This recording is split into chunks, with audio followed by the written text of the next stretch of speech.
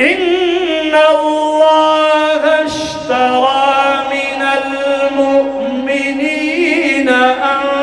أنفسهم وأموالهم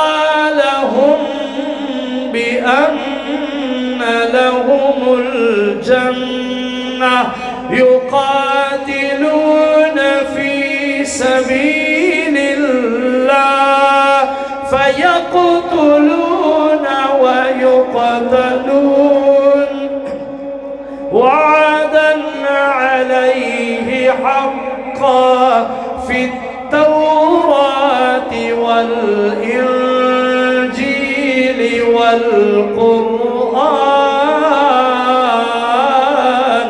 ومن أوفى بعهده من الله فاستبشروا ببيعكم الذي بايعتم به وذلك هو الفوز العظيم. التائبون العابدون الحامدون السائحون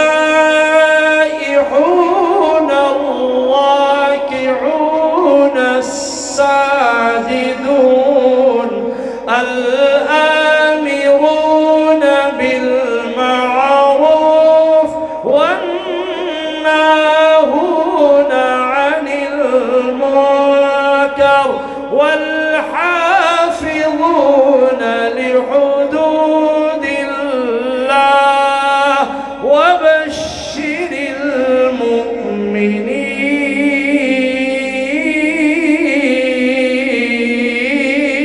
المؤمنين.